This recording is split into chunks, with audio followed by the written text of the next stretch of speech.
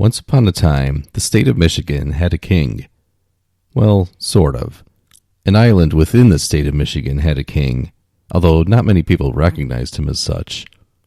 James Jesse Strang, also known as the King of Beaver Island, was a religious leader and self-proclaimed prophet who founded the Strangite Mormon sect on Beaver Island, Michigan in the mid-19th century. And while his kingdom flourished for a while, it didn't work out well for James in the long run. From the south shore of Lake Erie, this is Great Lakes True Crime.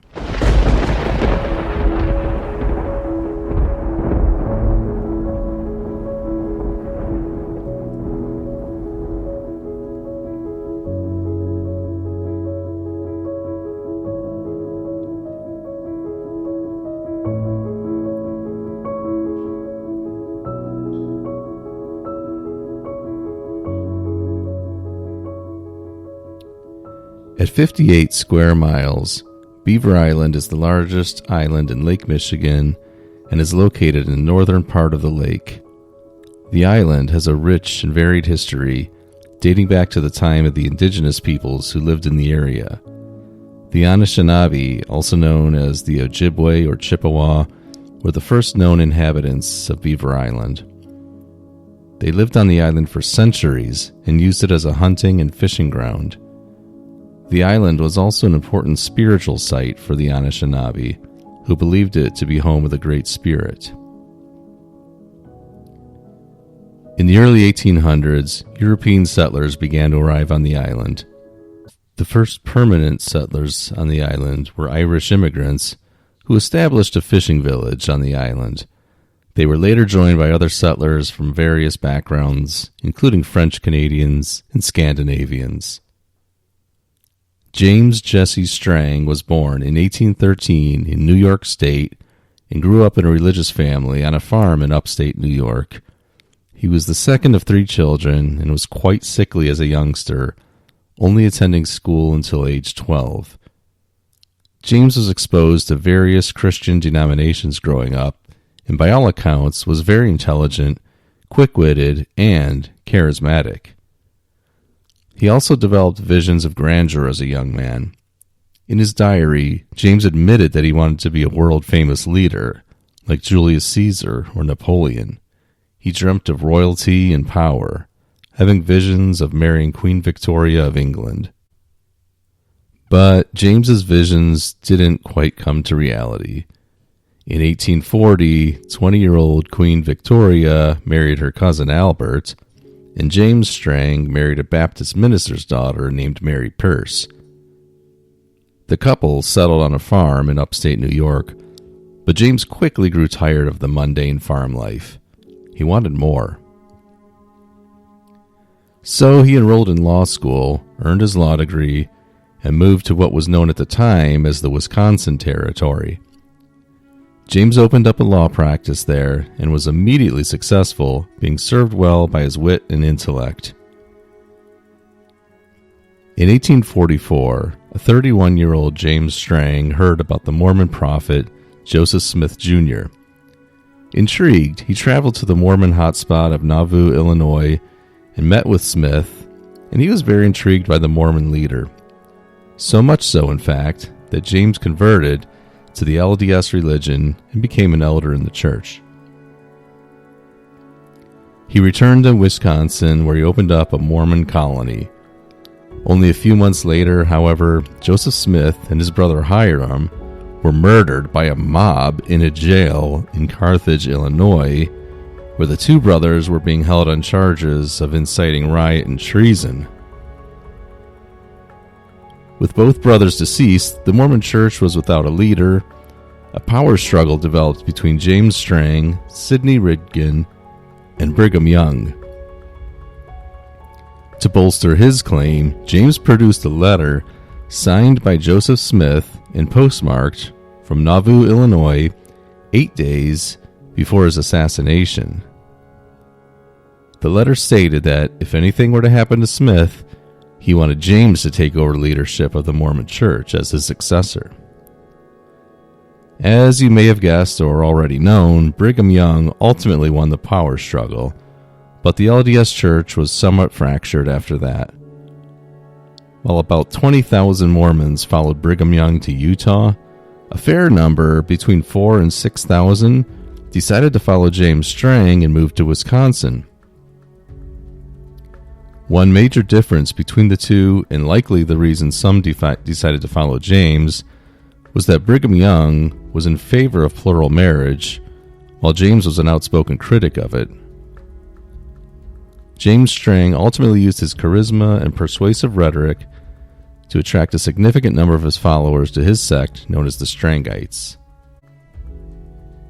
In 1847, Strang claimed to have had a vision. In this vision, he saw his congregation following him to an entirely new location.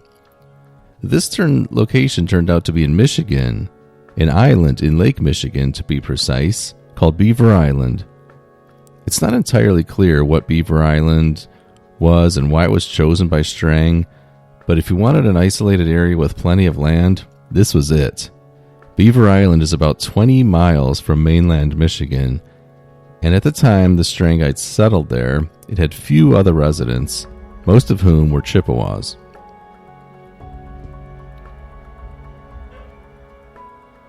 Strang and his followers moved out of Wisconsin to Beaver Island, Michigan, and there they established a theocratic community and built a temple which served as a center of their religious and political activities.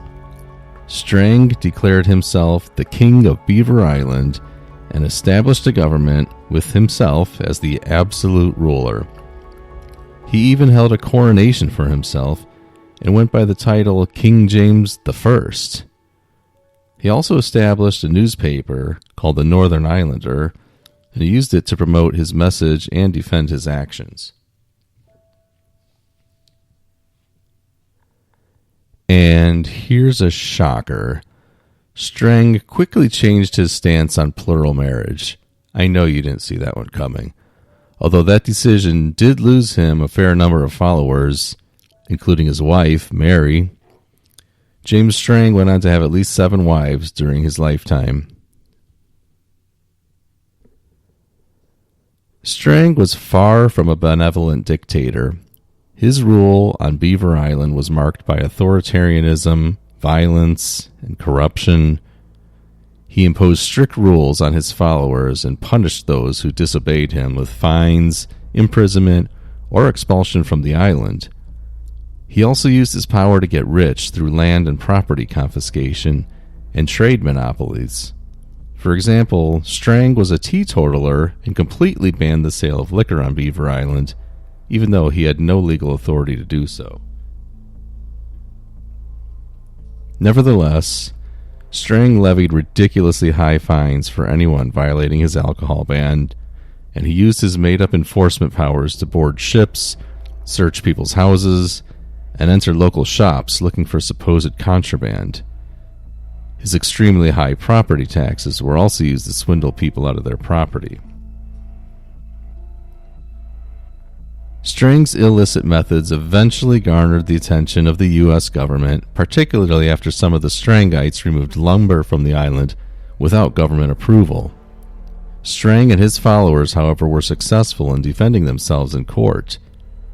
The media provided favorable coverage to Strang as well. He got so popular, in fact, that James Strang was elected to the Michigan State Legislature. And he was an effective legislator. The same powers of persuasion and charisma that he used in the religious sector led Strang to have a number of his bills enacted into law in the legislature. He was even elected to a second term and started thinking about running for governor, but dissent was heating up back on Beaver Island.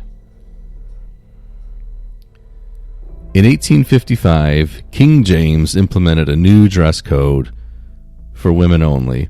Strang declared that women should stop wearing the popular long, fancy dresses that were fashionable at the time, and instead must wear short, knee-length dresses with matching bloomers. Supposedly, this would make it easier for women to traverse the rough terrain on the island. And while most women followed this new dictate, 4 women on the island refused, and they and their husbands faced swift retribution. Particularly hit hard by this punishment was a man named Thomas Bedford, who had liens placed on his property by the Mormon Church, while other Strangites refused to pay Bedford money that was owed to him. In turn, Bedford started telling anyone in the region who would listen to him about the thefts and illegal taxes levied by Strang and his followers. When word of this got out, Strang would not sit idly by and let it happen. Thomas Bedford was summoned to the island's print shop and was told that he was found guilty of making false accusations against King James. Other accounts say he was found guilty of adultery. In any case, Bedford was found guilty of something, and his punishment was said to be on the receiving end of 39 lashes with a horsewhip. This was the last straw for Thomas Bedford, and he decided to murder James Strang. He quickly found 2 other men who wanted to help in the effort to kill Strang. Their opportunity arose in June 1856 when a ship called the Michigan was coming to the island, captained by a man named Charles McLair, who had heard that some Beaver Island residents might be looking to get off the island. The Michigan would provide an ideal getaway for the 3 assassins, as well as others on the island who had been excommunicated or otherwise fell out of favor with the Strangites. When the Michigan arrived on June 18, 1856, Captain McBlair met with some island residents in their home to hear about the underhanded ways Strang used to rule the island. Looking to have a fair discussion, the captain invited Strang to come to the house and defend himself against the many allegations. This was the opportunity Bedford and the other men had been waiting for. As Strang approached the house, 2 of the men drew their pistols and fired at Strang point blank. King James immediately fell to the ground. But he was still alive. One of the men fired a 3rd shot at Strang as he lay on the ground, and then the 3 men bolted for the ship, assuming Strang was dead. But he survived the 3rd shot as well, although he was severely wounded.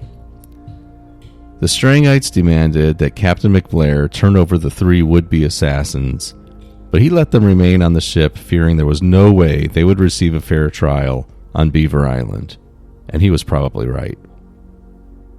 Instead, the men were taken to a jail on Mackinac Island, Michigan, where they were treated like royalty. People stopped by to bring them gifts of tobacco, whiskey, and other items. 3 days later, the men had a brief court hearing and were fined $1.25 each and released. Their fines would be equivalent to about $48 today. So while the shooters only received a slap on the wrist, Strang was taken back to Wisconsin to heal and avoid any further assassination attempts. He warned his followers on Beaver Island that they could become subject to a variety of reprisals, and most of them also left the island. James Strang died in his parents' Voorhees, Wisconsin home on July 9, 1856, at the age of 43. He did not appoint a successor, and the Strangite community quickly disbanded, with many joining other religions. Most of the buildings on Beaver Island were destroyed. Today, there are still a few Strangites around, but very few, and there's very little evidence of Strang's kingdom on Beaver Island today. The print shop, that print shop where Thomas Bedford was found guilty of something, still stands. It houses a museum operated by the Beaver Island Historical Society. So you can actually go and visit that today. Strang's killers were never charged further for their crime. James Strang was originally buried at Voorhees Cemetery in Racine County, Wisconsin. His remains were later moved to Burlington Cemetery, also in Racine, Wisconsin, where he remains interred today. Regarding James's many wives, it's not known what became of them. As we said, after Strang's death, the Strangite church membership fell off drastically, and while it didn't completely disappear, There are only a few Strangites out there here and there today. And that's all for this episode of Great Lakes True Crime. You can follow the show on Facebook and Twitter. Just search for Great Lakes True Crime. You can also check out links in the show notes for our social media handles, the web address, and the show merchandise page. Also, many thanks to those of you who recently left 5-star reviews on their podcast app. If you haven't left a review yet, please take a minute to do so. Amongst the millions of podcasts out there, positive reviews really help get the word out about our show. For Great Lakes True Crime, this has been Steve, your host and producer. Thanks for listening, Buys.